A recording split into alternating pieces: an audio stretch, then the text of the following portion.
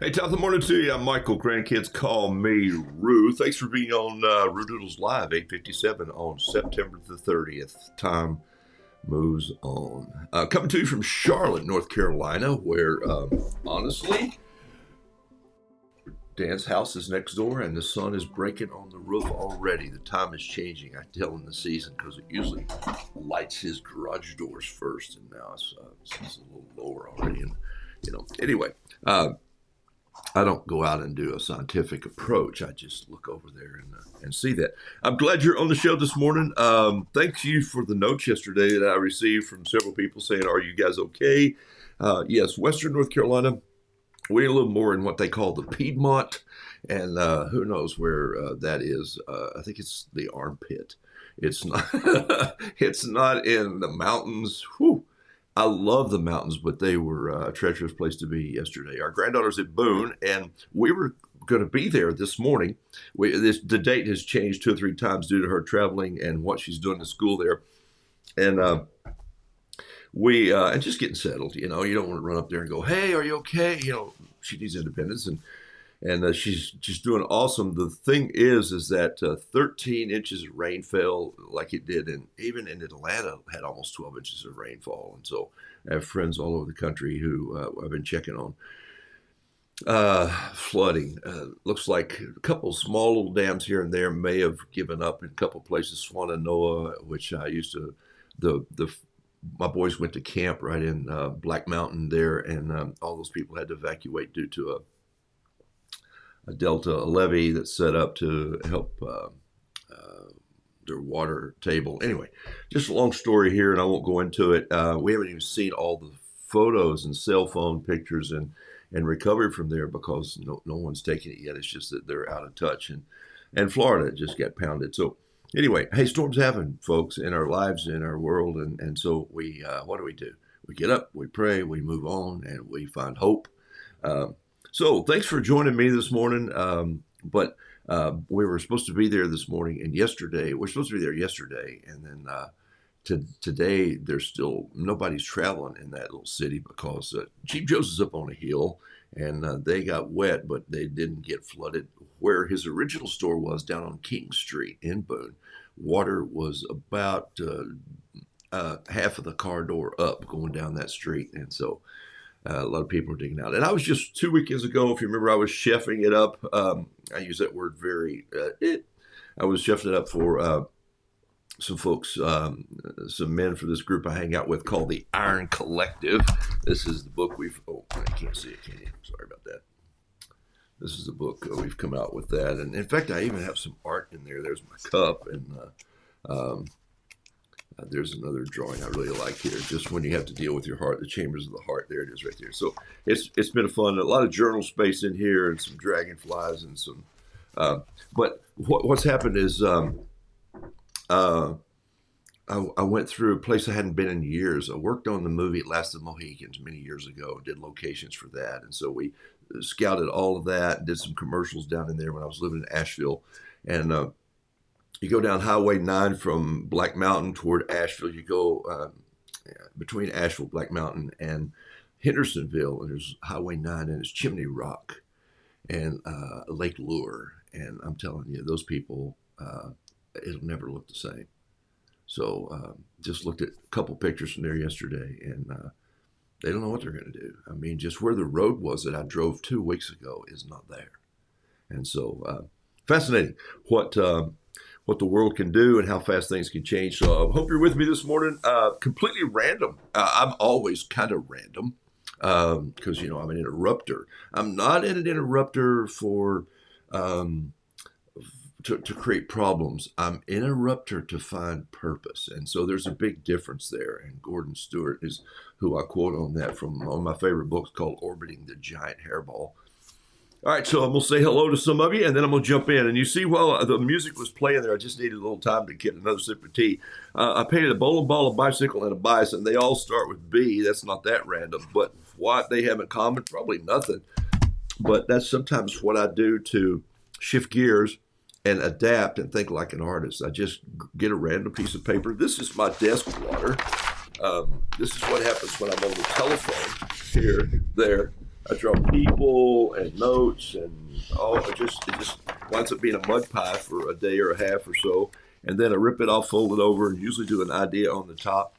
And buffalo, I'll put that over there so I can see it. A bowling ball, a bicycle, and a bison. And so I thought I'd go that route this morning.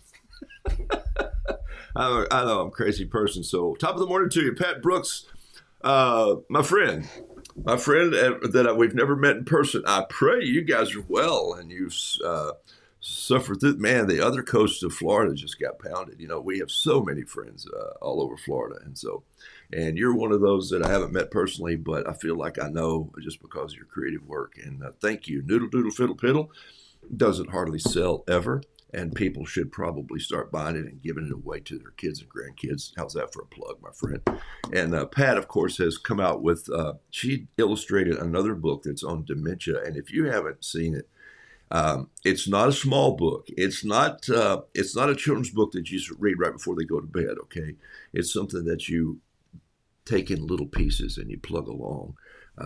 It's got some powerful writing in it. I think the lady had a good sense of humor. I think she knows her stuff, and I think you two worked well together. So, good morning, Linda Schleitning from beautiful Ohio. Denise Albright, good morning from California. There's another friend that I speak with and we haven't met, and but who thinks like an artist and has been creative and who is adapting with art all the time. So, Skip Yentz, rule number 43, and that rule has changed to 500. But it's good. It's 43 in your case. It'll always be 43 because, but it has changed due to Larry Provo, who says, hold the auction a little differently. And at least if you're going to sneak in that last 12 seconds, you got to throw in a $5 bid. And if you do, then you'll add $8.57 to the clock. And that gives the other person a chance to rally. It's better for us. It's better for you. And I went, bravo. Okay, that's the way it happens a lot. So Jennifer Yentz is on the show this morning from Soggy, Indiana. No kidding. Donna Buckley, thanks for being on. There's I know little pieces about all you folks. It's so fascinating in this community that we have, and I'm calling it a community. I'm calling it a extended space community. So there you go. ESC just came up with that. Gene Anthalzer, thanks for being on the show.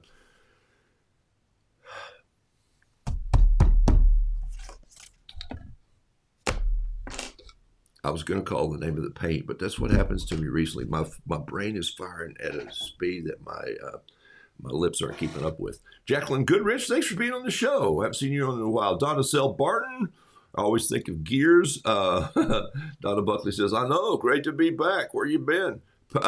Payne's Gray. Marie Pikert, thanks for being on the show. Yeah, the storm in the Western Carolinas was terrific. Asheville, I saw a news thing yesterday from a lady who stands outside. We always go to the garden cottage. As some of you know, the little birds came from the garden cottage, and they're up the hillside a little bit from Biltmore Village, but water was rushing down that street, and the Biltmore, two of their gift shops are sort of outside the gate, so you can go there and pick up knick-knack paddywhacks and things, but their main gate had water running through it, and that river that it cuts through there, a little tributary that leads into the French Broad. While the lady was giving the news report, standing in her boots, behind her the water is raging, and you see a car float sort of past by. So the house is up on a hill, but anyway, it happens. We go through storms, people, and what do? Reminder of the devastating floods here in Central California. Yeah, no kidding. I mean, every now and then you just get pounded. Last of the Mohegans, one of your favorite movies? Yeah, I scouted for that movie. Michael Mann sent me a script back in the, oh goodness, 80, wow, early 80s, I guess. And said, where can we find all these things? We had a team of people in Western North Carolina that we scouted for films and commercials and worked on some of those. And I was supposed to build the French cannons on the end of Lake James that shot those big old, they didn't use cannonballs, they used basketballs painted black against and then we moved to Florida. It was shot in 91, so it was about 86, 87. I had the script in my hand from those guys. Fascinating project. I don't miss that work that much. I miss the creativity, but I don't miss being on that arduous schedule to go, what are we doing this for? So, but it was a great movie to be a part of. Let's see, Sue Kane, always good to see your face on here. And thanks for the note. I got the note from you, and I will send you a flower for Carol too. So, morning, Laura Stanley Henderson, Handelmeyer. Did I miss it? I left it out, didn't I? Yes, thank you all. All right, here we go. Kelly Berger, thank you for being on. Kelly Davis Berger, Christy McElhaney, Jack Wolfenbarger. Hey, my friend, hope you're well down in Florida. Hope you've persevered. Kathy Mora, I knew Jack when he was in East Tennessee, Knoxville, back in the days. Deborah, is it Houston? Euston? Hello, she says, from Riverside, California. Deborah, with 2 B's. Thanks for being on the show. Love it, love it, love it. All right. Beverly Bailey, thanks for being on from Central Florida. Okay. Randall Taylor Craven is on the show. Laura Logan's on the show. Jason Nichols, the one and only Building Inker. There you go. Building Inker. That'd be a good name. I'm the inker of buildings. All right. Hey, and let's see. There's Susie DeLay's on this morning, and Kathy Dietz is on this morning. So several more people jumping on the show. Here's what I'm going to do. Let's get started. It's the 30th. You know, I always try to give a painting away on the 1st. So I figured I'd do something. But just for being random, for random's sake today, I think I'm just going to take some Kilimanjaro 140. This is the smaller version of the paint book. Some of you know what the paint book looks like. I show this because if there are 2 pieces of paper that I reach to all the time, it's probably these 2. This one is the bright white 100% cotton 140-pound Kilimanjaro paper. The reason I buy this particular one, and if you notice here, right here where my finger is, 20 watercolor sheets, but also 20 70-pound sketch sheets that are really nice in there. And they're little sketch sheets like this that are just thin paper that if I'm practicing faces or something that I'm working on, I can just spend my time on that a little bit. Or it also acts as a cover sometimes if I'm in more of a rush, which I don't want to say that I am, but sometimes I feel like I am. And then this is the Kilimanjaro, same paper. They make 2 versions of this. They make the white, a little harder to get out your hands on, and they make the natural. So it's a little, if you like natural papers where you can throw that a little bit of white in there, you don't get as much white bounce through. It's starched a little different, or sized as they call it in the industry. Not sized this way, but a sizing, which is the seamstresses know about sizing. So this is, one of these is 10 by 5.5, and so most people chop it like this, use this as a little work area over here where I like these because they fit in one of my bags that I carry very well. But this is the size of paper that I love. I love to send out art on this size of paper. It's easy to frame. You can put it anywhere in the house, and I catch up with a lot of people on this. So there's no doubt that this, since I started with Cheap Joe's a long time ago, this has been my go-to paper. And same with this. This one is just a little thinner, not thinner. It's a thicker book, but it fits in it's a little shorter because the paper's only 8 inches, and I like that thing. So if you were doing a piece of painting on here and you tape the edges, you're going to come in with a beautiful 5x7. So that's why I kind of pitched this. Not just because I pitch it for Cheap Joe's and my friends there. I really love this paper, and it's less expensive than about 4 other papers you can get out there, and I promise you it becomes easy to paint on. It's good at holding your colors, and I can't find a cotton picking reason why you shouldn't use it and pay less. So I'm going to rip out a page out of the Davy Crockett's diary, and let's just do a little painting here just for fun. I started with a bowling ball. Do I need to use a template? I don't think so. I think I'm just going to draw it like this. I'm just going to draw it around and see how I do here. Look at that. That's not too bad right there, is it? There's a little bowling ball. And I don't want to put it so it looks like a face here. I just want to put a hole here. I think I want to put a half a hole here and a hole here. Still looks a little bit like a face, but it's laying down. You get it. And then, of course, we got to draw some sort of a logo on the ball. And let's just do an R here like this. In my case, okay, there we go. There's an R, and we'll do a little flame around the R like that. Okay, and then let's just kind of mess it up a little bit. I'm gonna come in here, and I'm using an 05 pintail needle tip. Need a little music to work with this morning. Completely random. Why is he drawing a bowling ball? Hey, if you have some questions, throw them at me, and build an inker in your bio. What number are you on? Oh, that's on my list today to show you. Believe it or not, I actually put that on here. Look, B count. See it right there? I made a little note. B count. I will. I'll tell you here just a little bit. You're not going to believe it where I am, and I'm going to do something crazy. But what I did this week was I already did something crazy. In my world of adapting, let me go ahead and put a piece of music on just to let it play in the background here.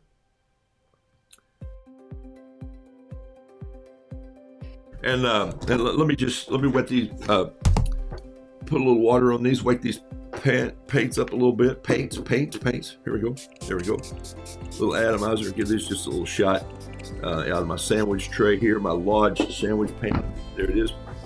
Man, I do love this thing. I got to tell you, it doesn't jump around, it doesn't move, it doesn't rattle. It just goes, boom, we're done.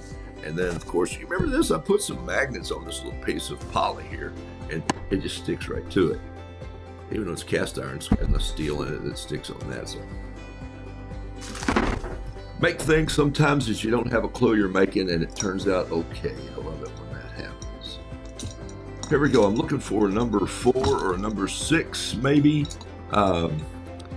There's a number 6 pseudo sable right there. Not much difference than either one of these brushes right here.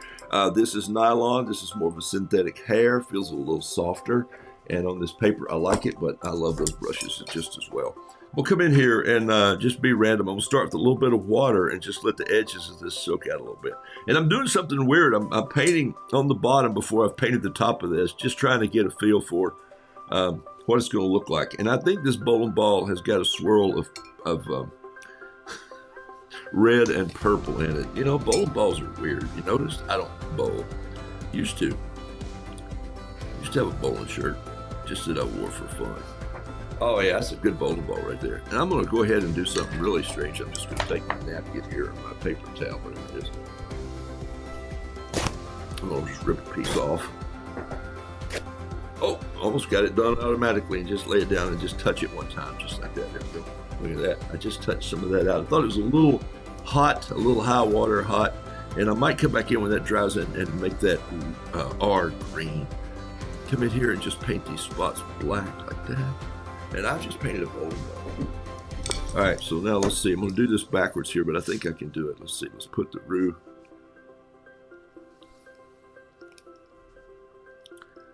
Let's put the roux like this. Let's see what we're going to do here.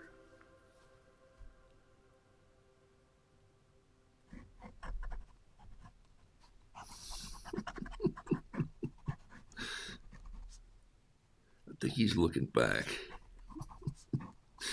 Why wouldn't he be, right?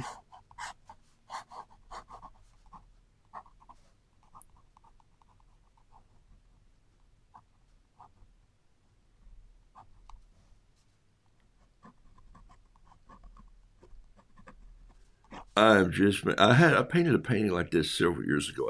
I don't know. I think I had it. I think it's framed here somewhere. It's just a little bitty thing. And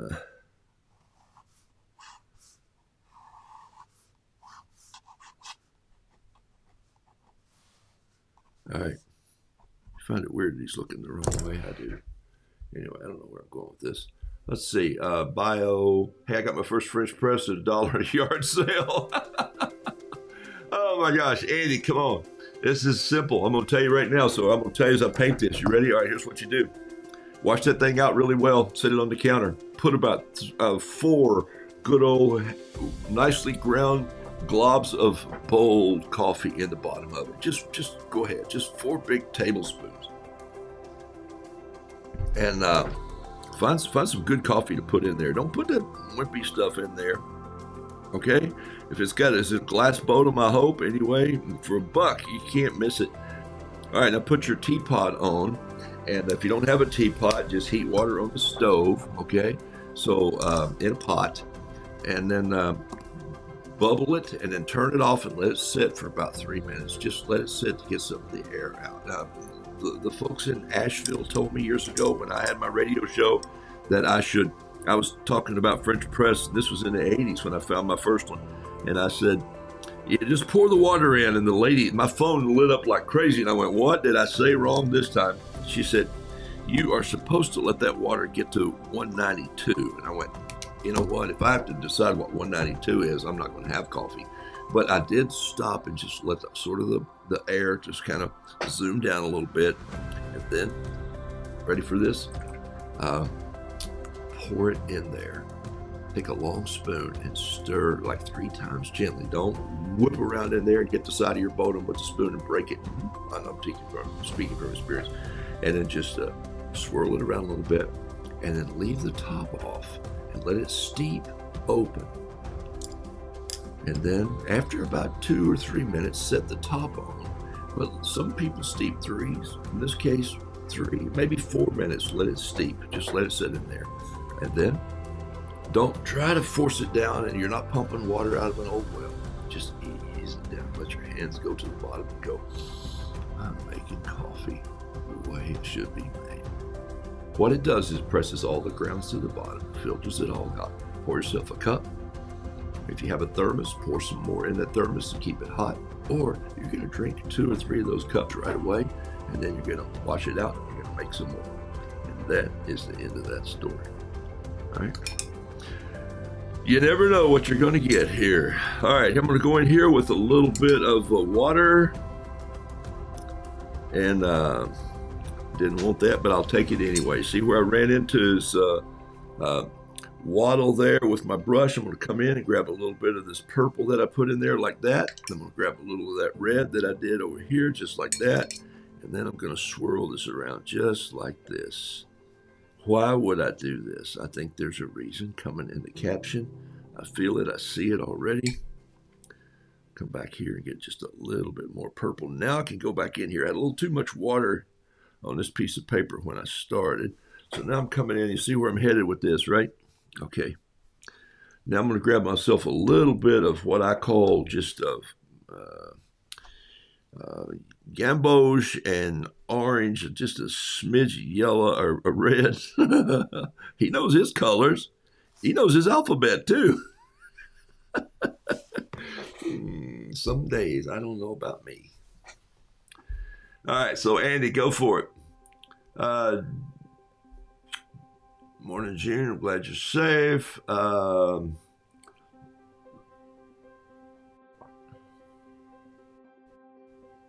Boom. All right. Talking about the book. USP says my painting will arrive. UPS says my painting will read today. I know where it's going, on my coffee bar. Fantastic. Love it. Michael Ashford. I'm not a bowler, but I think like one. Chuck 16 pounds of dream forward to see what gets knocked out. Dude, welcome to the show, Michael Ashford. You are one funny dude. I hope the goats are well. Hope they survived the storms. You're a crazy person. You probably still got a bowling shirt somewhere back in the closet, Ash. You got more props than I do. Ash is my storytelling friend and Bean Blossom. All right, you see what I'm doing here? I'm making the bowling ball and the rooster look alike, and I think that's got to go big time on this here. Just This is completely random, and that's what I wanted to be today. I just want to be completely random, and I think the reason is because I'm going to paint two of these, and one of them I'll probably auction off today. The other one I'm going to give away tomorrow for my first of the month free Roo. And you know somebody who bowls, and they're going like, I don't want to tell anybody I still do it, but it's kind of fun, you know. So when I had a radio show out of Asheville, North Carolina, I used to take my recorder. Back then, it was in a box. It was called a Marantz, a very expensive piece of equipment, even back then. And but so far from digital is just hilarious. You know, now you got all these great digital recorders that we use for things. I would take it down to the bowling alley on Tuesday mornings after my show was over. I did a 6 to 9 show. Michael in the Morning, it was called. And so I would go do that show, and then I would take my recorder down there and I'd take my playlist for the next day. And so I played big band and swing, and so I would always get the folks. There was a seniors group that bowled then, right? Now I am that age.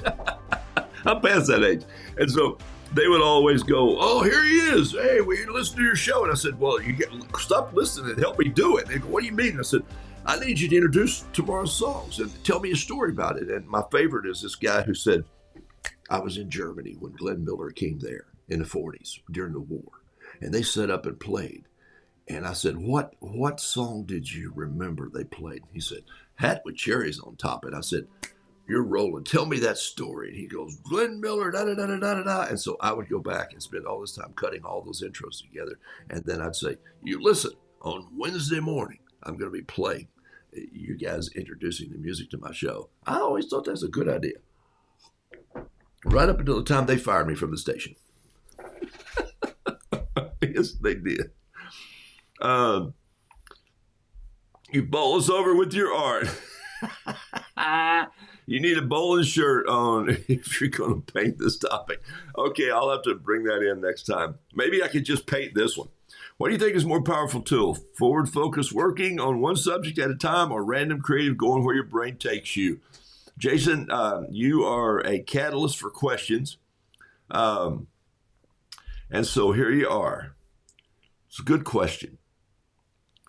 What do you think is more powerful? My question is, can I do both? So I'm saying that it's a mixture of all the above. If you are, if you're just sitting in a canoe on a flat day and the sun's shining and there's no wind blowing and the water has not a ripple in it, you kind of go, it's beautiful out here, but it needs a little bit of life. So if a boat comes by and make waves, you kind of say, okay, now I'm going to have to be creative to stay where I was. So my point with that illustration is, I think the storms in our life cause us to focus on other things. The waves do too. I think the creativity comes when you are pushed against something.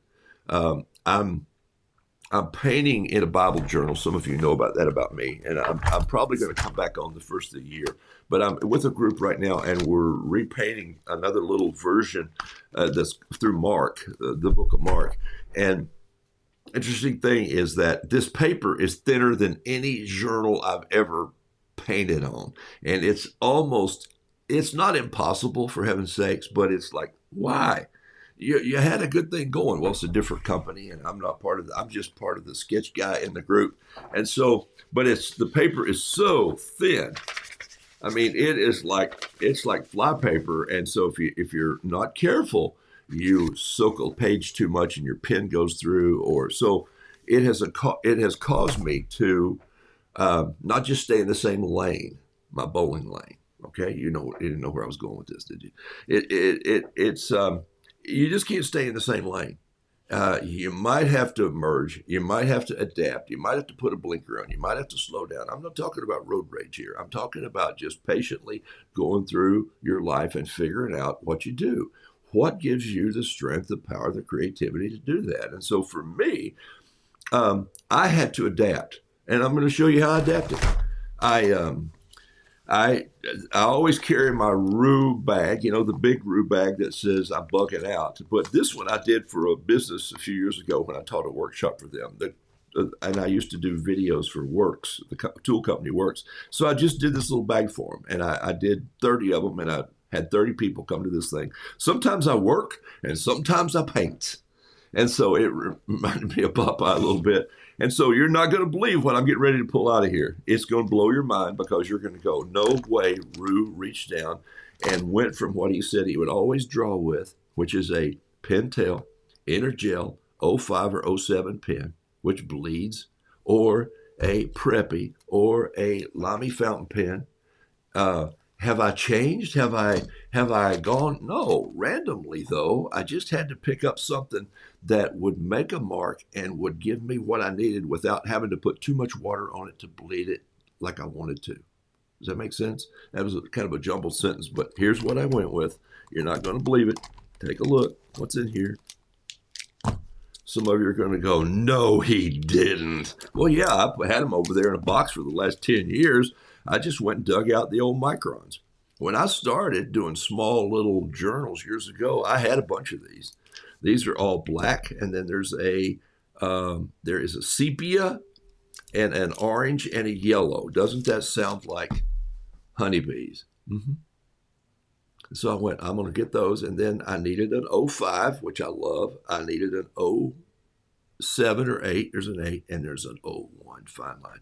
And so what I did was I started using these on that thin paper because they're thin. And here's the other thing.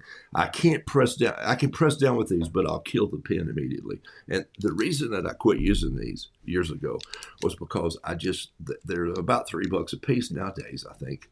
And I just will destroy one in about 10 minutes. And so I'm thinking, like, that's probably not good stewardship of my money as an artist, which I don't have much anyway. So the point is, and do I have what I have in there? Oh, a big palette fountain pen. Oh, and a water brush, and a Preppy pen. And oh, there's my Bob Ross little pan of paints that even fits in a small box. Ooh, that one just turned over. Got a magnet on the bottom. It should have stayed. There we go. And so there's my little Bob Ross mint tin, and that stays in there. So what I do, Jason, is that question which says, I am constantly adapting. I'm constantly changing lanes. I'm constantly looking. Do I have some constants that stay with me? Yeah, I do. I'm going to paint a rooster. I'm going to I'm going to come back to the things that I love. The good storytelling characters are the ones that I paint. The roosters, the shrimp, the lobsters.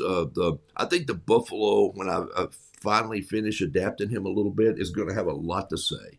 I mean, why wouldn't he? Why wouldn't he just have all these complaints about people who park and get out of their cars and go, oh no, here comes another one I'm going to have to knock down.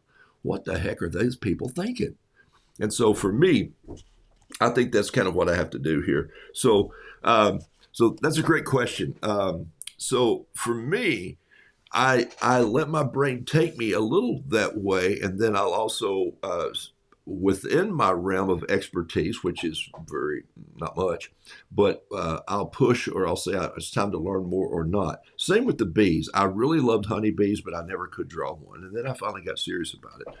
I'll follow up by saying, these new sketches that I'm doing are with this little sepia tone pen are doing really well. And then I just can touch a little bit of color and not worry about the bleed so much. And so I've had to change how I'm doing these already just to make them work.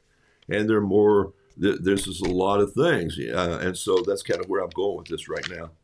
And so that's as far as I've gotten, and that's next week's lesson.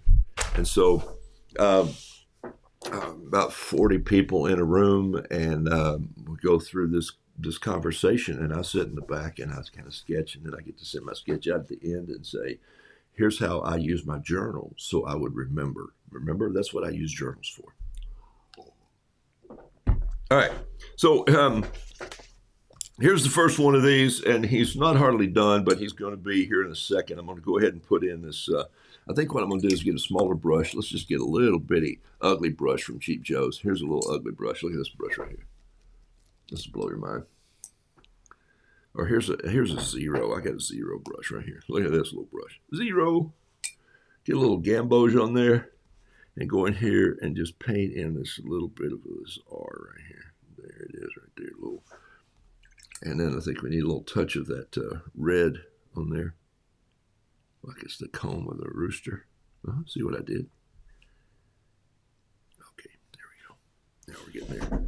Now we got this little bowling ball going down the lane, and these little break marks here that I did with my pen, they're always kind of, sometimes they're yellow, sometimes they're just kind of a little white color, so I'm just sort of putting them there. Those are line guides, lane guides. You know, if you use them, you could have a strike each time. But if a frog had wings, right, he wouldn't wear out his fanny jumping.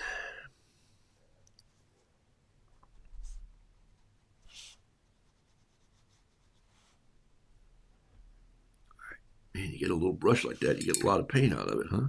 Yeah, not a whole lot of water, but the pigment sticks to it like crazy. All right, so there you go. There's a little, there's my little Roo.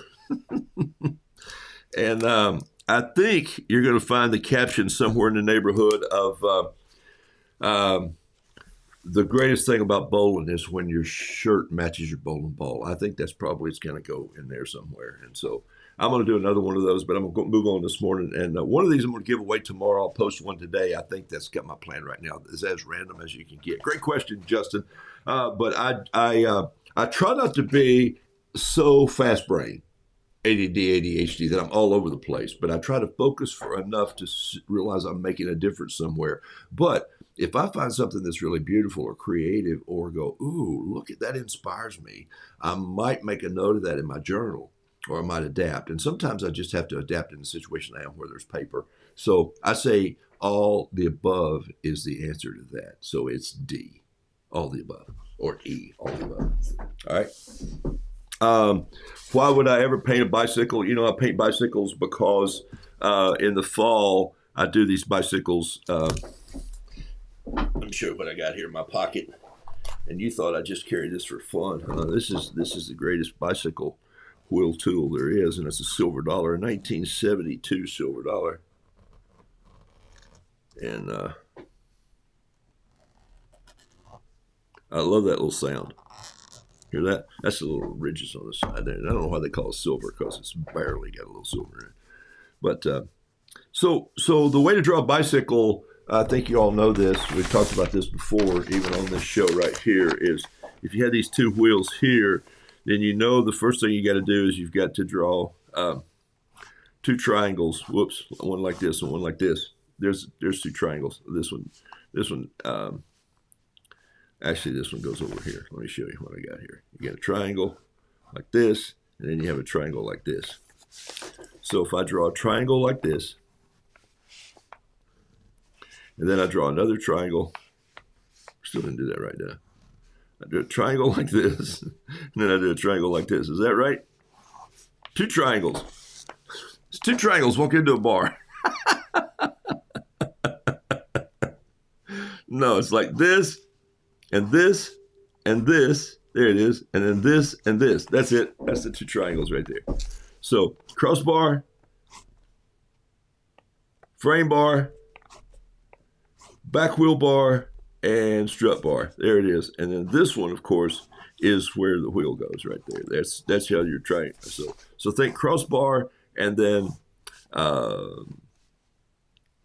brace bar, back to the back wheel bar, and then where the chain comes in. There's your frame of a bicycle right there. It's really just two triangles. And people go, oh, I don't know how to draw a bicycle. And you go, yeah, every bicycle, even if you're going to put an old-timey tank on there and a water bottle and all that stuff, and then if you want a fender, it's going to stick out here like this, and then the wheel's going to go in here, and your sprocket goes in here, your pedals go in there, then your frame comes down like this. This one just can go straight down, or it can kind of turn, and then you go in, you suddenly have your bicycle. So, okay, so in this case, I'm going to come up from here and come up to here, and then I'm going to do my brace bar that goes down to here. See that? And then I'm going to come in like this, and then I'll put my handlebars in.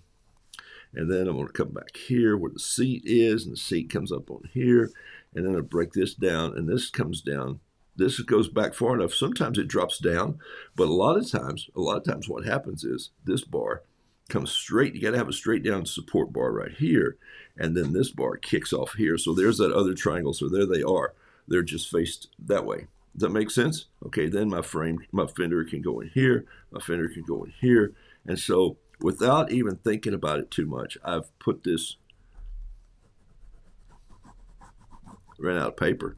But other than that, dadgum, killing it here, huh? And then I would have done the roux before I did the bicycle. Does that make sense? Okay, let's do it. I'll show you what I'm talking about.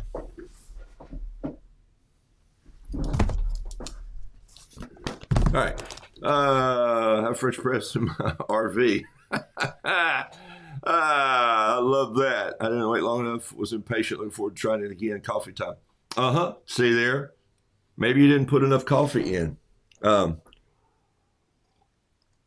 Here's the thing. It's water and a little bit of coffee. Throw it out. I grind fresh beans too. I buy whole beans and I grind those beans if you really want to knock your socks off with good coffee. Okay. I broke my wrist in 6 places bowling, so I'm glad. Oh my gosh. Keep us out of the gutter today. In Ohio, high school teams have bowling teams. Now, I think that is just too daggum funny. I love it. I love it. I love it. Love it. Love it. Okay. Cindy Wilter Mood, glad you're on the show. Chris Whitaker, good to see you there. Elaine Barnett, love it. All you people are piling on this morning. All right.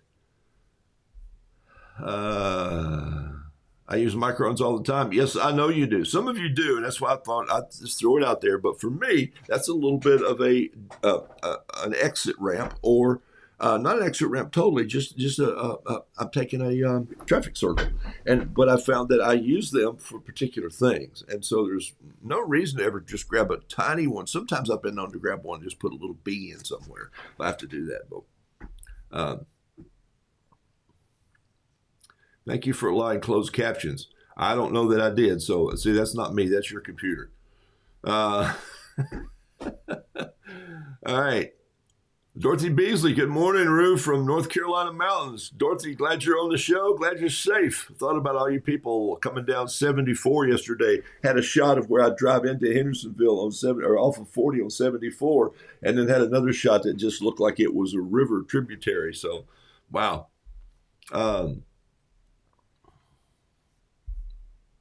All right, here we go. Let's do this again. I'll just show you what I'm talking about. Let's go ahead and draw. And sometimes here's where I get it penciled out. I should have shown you that. I got a few minutes to do this. Sometimes I'll just draw the rooster like this with a pencil. And so let's put. Yeah, we still do it here. All right, let's a little smaller rooster. Here he is, right here. Let's put his comb in there. Bring him down. His bottom right there is going to be sitting over the seat. And we got his tail. We can do that later. Now I'm going to come in right here with his leg. And we got it cocked down like this. And we'll come all the way down. And we'll put that one on the pedal right there. Okay. So now we know his pedal's down here. So that means his wheels are going to be down here. So this other one, we'll bring it down. And it's going to be behind. But this one needs to be in front. So at that point in time, I can bring my, so you see what I just did? So now I come in and do it this way. Some people go, oh, I'm always racing. And I don't race much because I have gotten where I kind of know where I'm going to go with these things. And that'll give you that, like I could have put these in a pin already. And so, but let's do this. So we know that this is going to be the front wheel. And we're going to run the up here. And then we're going to put, in this one, we're going to put a basket on it. Yep. Just because, I mean, he's on a cruising bike. He's not a racing Roo, okay? And so we come down, then we have, right here's where the badge goes, okay? You know what a badge is okay? So there's the seat. He's coming into the seat right there. And he's got a hand down here. And now we're going to come down with this, and we're going to put the sprocket right here like this. And I've got the bottom part of the pedal right under there. I could probably even start to draw that with a pen now, just like this. So the sprocket is like, put this toes in, see this? Put the toe in, this one hanging off here. Bring this leg down just right to the crank. Just like that, okay? And now we'll put the pedal right under there. And then we're just going to put the holes in the sprocket like this. And then we're going to put the little teeth on the sprocket like this. And then we're going to run this sprocket back to the back tire over here like this. We didn't put a chain guard on here because country boys didn't have chain guards. We didn't know what that was. We just got grease all over our pant legs and scratches all over ourselves. So now this is the inside sprocket right here. That's where the chain goes around. We could double that up if we wanted to, make a chain. And then so we've got this thing coming together. Now we'll come in like this. come down, crossbar, come down here. This goes behind that sprocket, see there? Now, here I've got room to come in. I've got to put this bar in first because it comes down here and joins like this, okay? Now I can come down with this other foot, and his knee can come out on this bar. Wait, this bar comes here. And then behind this bar, and his knee brings it over, and his toe is hanging here and here on the backside. And there's the other pedal that comes in. See that? So now I have one knee up bent, the other one in. Just thinking through it as I go. And so never get yourself in too big a trouble of doing this. This is a long bicycle because it's got a long backline. So what we'll do is we'll put a big old fender on the back just like this and put some more peeps in the back. Now I'm going to come in right here, do his tires, do the tires first, and then I'm going to come in and do the wheel. The wheel is inside the tire. You're saying, well, I don't know the difference. Well, yeah, you do. Think about it. Okay. Now I'm going to go ahead and put a little support brace here like we did in the 60s. Okay, so a little, and I'm making him a little smaller than my actual pencil drawing, which is just fine. It's my painting. I can do with it what I want. Just because I put the pencil there doesn't mean that I have to paint there. Okay? All right, so there's this rooster on a bicycle, and you can see how simple this is coming together. Now here, this was coming down, left us break in those lines, and I'm going to come here, and then we'll do the spokes in just a second. And doing the spokes is like this. Go look at your bicycle in the garage. Okay, I'm going to do this one just the opposite so you can see. There's the bicycle wheel. You don't do your spokes just like this. You cross them. You go here and you go here. You go here and you go here. You go here and you go here. You go here and you go here.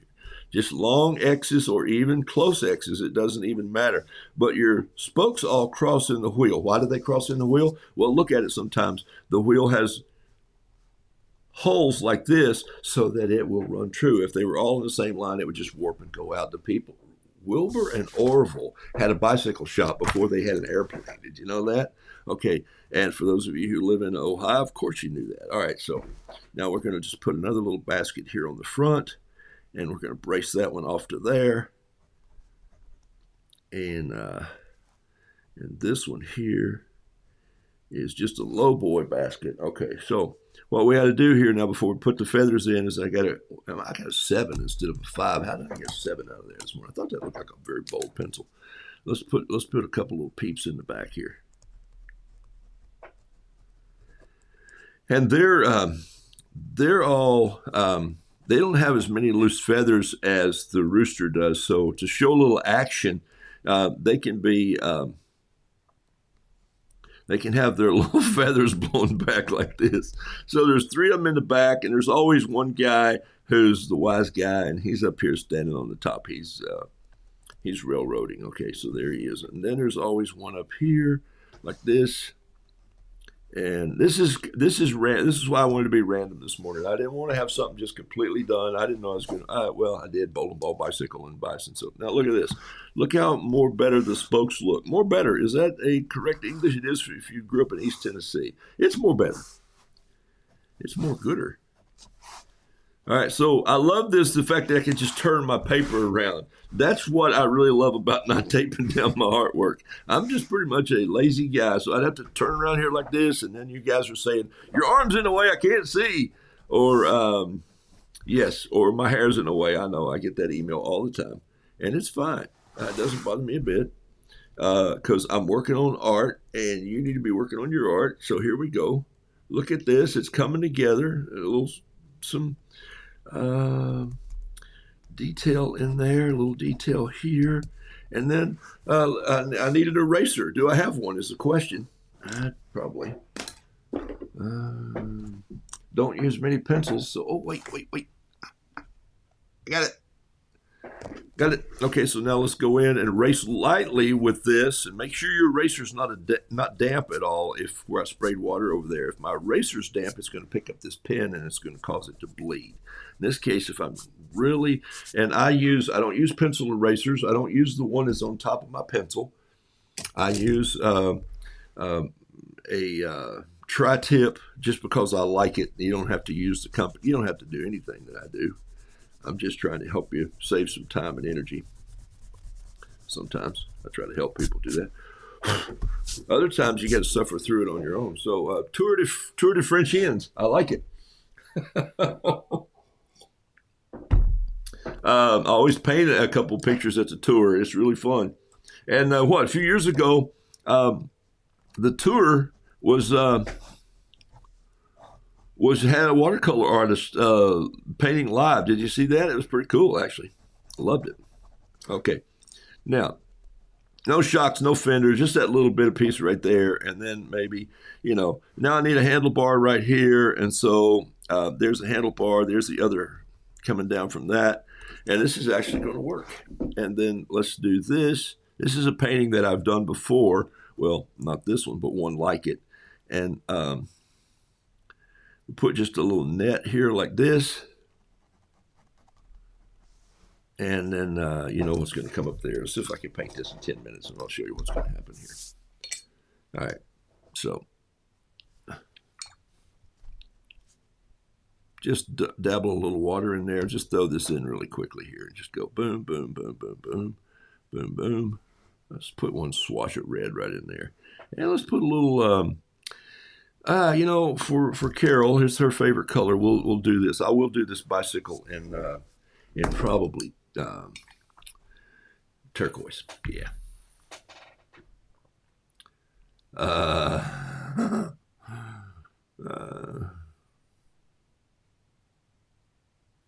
Erase before. Yes, erase before you watercolor. Sometimes I erase before I watercolor. Sometimes I don't erase. Sometimes I just like to show it looks like the artist was here. And so that's a weird thing that you want to do. But if you want to do that, you certainly can do. It's your painting, people. You can do whatever you want. If somebody says, oh, you've done that wrong, then I just go, well, I'm not coming to your house for coffee, Andy. You got impatient. See, I pick on you. Okay. So let's see. Let's just go for a little bit of water here like this.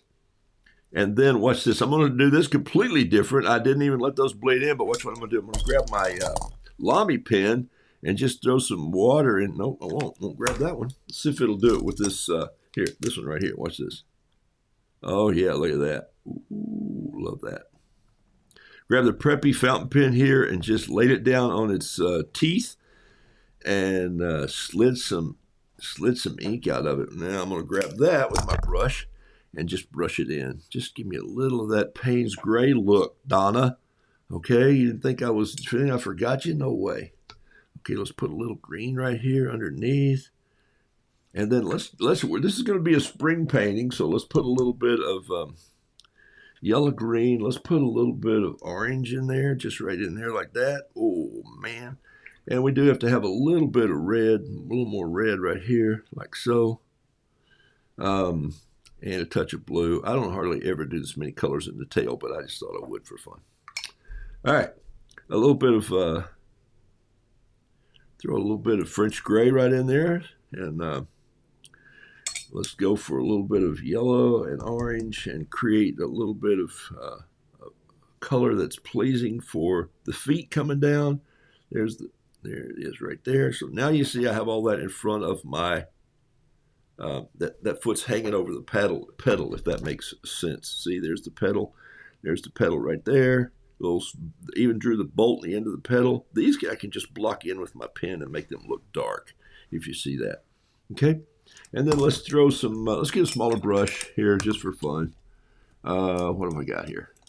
Something, just to throw some, what's this? A little number 2. Let's just grab a little number 2, which I hardly ever use. And I'm just going to touch some of these little peeps with a little bit of water, just painting with the water first, and then I'm just going to throw a little bit of yellow on there. And I'm not trying to really, did you notice I wasn't really trying to paint them? I'll grab a little bit of orange and touch that right on their back feathers. Same here. Whoops, I didn't put the yellow in that one, but it's okay. I'll put it in either way. Boom. There. And so I have these. I'm going to use a little bit of just some maybe copper penny or something, just to kind of put a little bit of copper beaks so it differentiates from from the uh, body color, and those are looking pretty good. I think this guy needs a little more red in the body, and so I'm just going to grab a little bit of red and just drop it right in here just like this. I feel like he's missing a little bit of color. And then I'm going to throw a little more of that French gray right on top of that, just like that. Give him a little pink ride. Okay, a little orange coming down here just on the side like this. A little more hot red right in there. Here's where that 7 really weeps. You see the darkness coming through that wattle up there? Okay, and I'm thinking a little brown for this basket in the front, and maybe a little brown for the one in the back, just so it looks pretty plain simple. Just kind of a little sepia has wandered through there. Donna, here comes the Payne's Gray. The tires should be Payne's Gray. There they come right there. Not shiny black, but Payne's Gray. For me, that's the way my tires work. Just grab a little bit on there and drag it in. Don't let it dilly-dally too long, and don't try to make it like you're painting like this. Just kind of drag the brush in there and daub it along. If you find some hot spots or holidays that stay in there, let them stay. Don't fill it all up. Remember, you're not coloring with crayons. You can flat out leave spaces. Okay, so that's a pretty cool looking root right there. Actually, he needs a little touch of green right in here to highlight that green feather coming over. All right, now let's go to the body of the thing. How we doing? 5 minutes to go, man. We're knocking this thing out, or one of us is. How y'all doing? Okay, here we go. Could have had some more music in here. That would have been good. Cody, what you got for me, buddy? Play me something.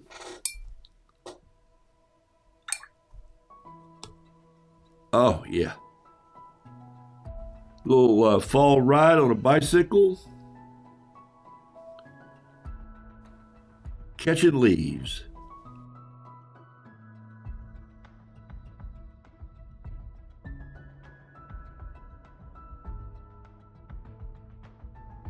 Just touching a little bit in there, not worrying about it. I'm going to put a little bit of shiny black right here. This is a leather seat. There it is right there.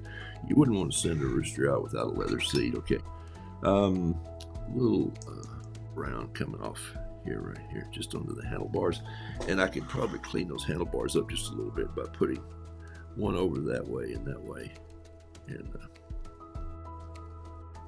you wondered if I was going to make that into a real basket, right? Okay. And let's just touch a brush on this ink and see if it'll fill in a little bit. Look at that and make my chain that way. But just had the maintenance done on this bicycle. All right, I'm going to grab this 7 and just do my hatch marks here. Hey, I got a video I want to show you here real quickly, and a couple more of my random things today. I didn't get to the buffalo, but I want to show you this while I put the finisher touch too on this. I want a little bit of netting color right in there, just a touch, and might as well just put a little bit of a leaf coming down right here.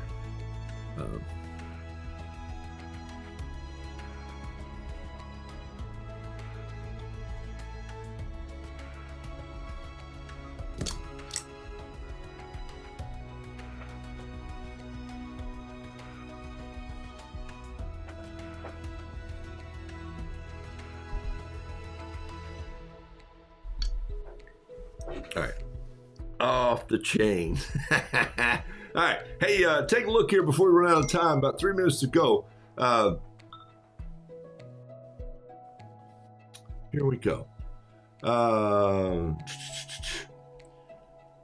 I have been working on a big painting. I'm going to show it to you this morning, and I finished it, and I wanted to show you what I did. It's a company in Atlanta, south of Atlanta, Georgia. It was ready to mail, and I said, I'm not shipping it. Storm's coming. No telling what will happen to postage. I have many, many hours in this, at least one. They're a company who builds machinery for the hatchery industry. And so, you know, if you're offended at eating chickens, you're probably watching the wrong show.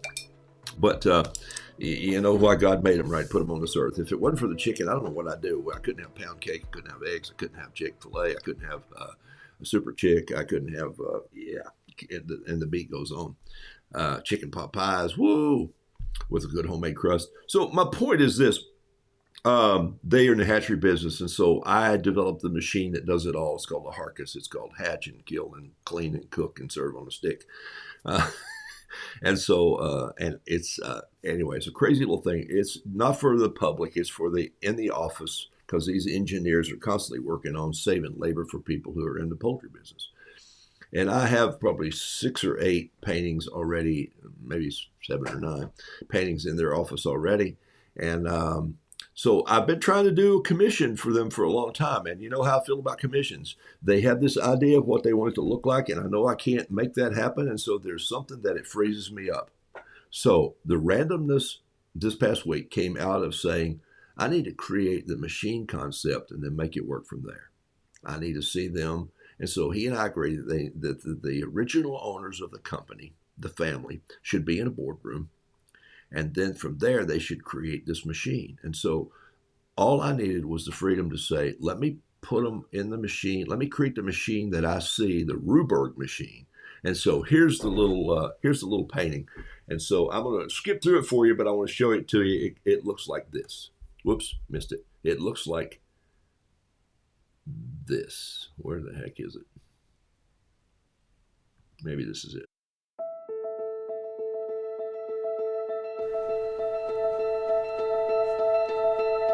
So the concept of this sketch, finish up a couple paintings here, is the family. Boom, boom, boom, boom, and yes, over here. Different places. This is what I call one of my Roobergs, or Rube Goldberg, but in my case it's a Rooberg. And I believe this is the last machine that you guys will probably ever have to build, because everything that you do is located in this machine. And so it's been designed right here at the drawing board, and with a little bit of a coaching going on here. Put another feather right in there. And so a little bit of an engine here. It doesn't take much horsepower to turn this because everything's balanced real. This is the global FR Environ, which is free range. And so basically, here's what happens. It's called the Harcus EM, and that stands for hatching, and then of course raising. That's raise the chicken, do away with the chicken, raise them, hatch them. I grew up in East Tennessee, so I wouldn't say raise them, I'd say raise them. So you get my.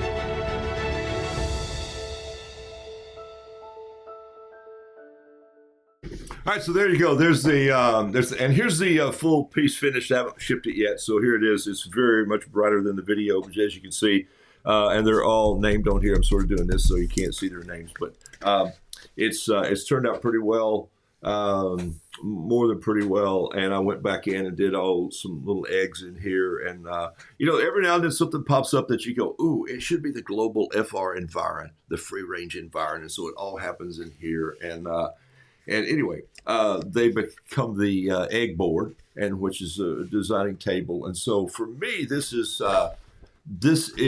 what I love to do, and I set that up as a commission. And he just wanted something done, but still, when someone says, "Ooh, would you paint me this Roo doing this?" I go, I don't know if I have a vision for that. So that has caused me to randomly work through it with my audience, my target. And also say, well, I can do this. I do this better. I'm better at this than this. So allow me the creativity to create this and push you a little bit and then allow that to take off the way it needs to. And then what'll happen is it'll weave together. And I had a long time on this. I actually was traveling during this time, so I never had the time just to sit down. If you know, the last few weeks I've been sketchy just because I've had a lot of fall things going on. And anyway, so that'll keep you up. I didn't get to the last piece I was going to get to today, which, believe it or not, has to do with the storm yesterday. So I'm going to finish this one little piece and then tell you what that's about, and then I'll go. Here we go. So this is it. If you got to run, you got to run, but here we go. It all starts with this pocket knife right here. And I lost, you know how when I lose a pocket knife, it drives me crazy. So I lost my whittling knife. Now, this is a Warncliffe, what they call a Warncliffe, but it's actually called a Seahorse Whittler. It's by KSWX. I've had this knife for probably 10 years. And it's thick. It's a good farm blade. It's not the best whittling blade, even though they call it a whittler. I'm not sure why. It has 3 blades. It has the whittle blade. It has a small what we call a pointed blade, and then it has what they call a sheep's foot blade. And so I've done a video of this, and what happened yesterday was that the storm broke a pretty good sized limb off of my river birch. And so while I was thinking, well, now I got to go outside and work. But really what I thought of was, you know what? I've been trying to get some pieces carved off that tree for other little whittle roos. And so here's sort of how that starts. And so the next video was... the next video that I was going to show you this morning really had to do with that. So those of you who want to hang on, I'll show it to you. It's just a little piece where I sit down and I started whittling, so you can see how this is the rooster. I found 10 of these in the tree. So somebody asked me, you don't whittle much anymore? And I go, well, my tree hasn't yielded some, sorry. And my phone is just dinging like crazy here. And so basically what happens is I figured out a way that I kind of whittle and carve. And so here's a little piece on that if you'd like to see it. It's called, what is it called? It's called Little Whittle Roo. So the storm blew in, and I had to do a little sawing today, a few limbs off of the river birch out front. If they don't shed on their own, the storm generally knocks a few down. And there's a poplar leaf right there. That's cool, huh? That's those tulip poplars we had up in Asheville. Asheville's underwater right now. I had some friends just call, and probably gotten 15 or 16, but I'm really looking for this size now, a little bigger rooster. And so, you know, his head's going to be here, his tail's going to be here, and this will all carve into his legs, and then I'll do the split down through. This will be a little tough because it's got a knot right there. Anyway, I've started one already. I'm using a knife. I just lost a whittling knife, and it makes me sad. It's like when I lose my favorite paintbrush or a pocket knife. It's like, come on. And this, I've had this one for a long time, but I've never really whittled one of these roosters with it before, so I resharpened it today in a different way. This is called a KSWX, but the model of this knife is, so it's got this great blue ply. Anyway, I don't know if they make, there's no way I can cut my own hand by whittling like this because my thumb's down underneath the knife, and so I started like this. I'll show you what I'll do by starting it. I'll just dig in right here and I'll cut down through the knife like this, or through the knot. And that's going to be tough, but I'll get there. So I'm pushing it pretty hard, and that's where I'm making the belly of the root right here. See there? I'm already beginning to carve that out, just to whittle that out just a little bit. And so now I'm putting my thumb underneath and I'm pulling. Okay, so my thumb's underneath and I'm pulling back.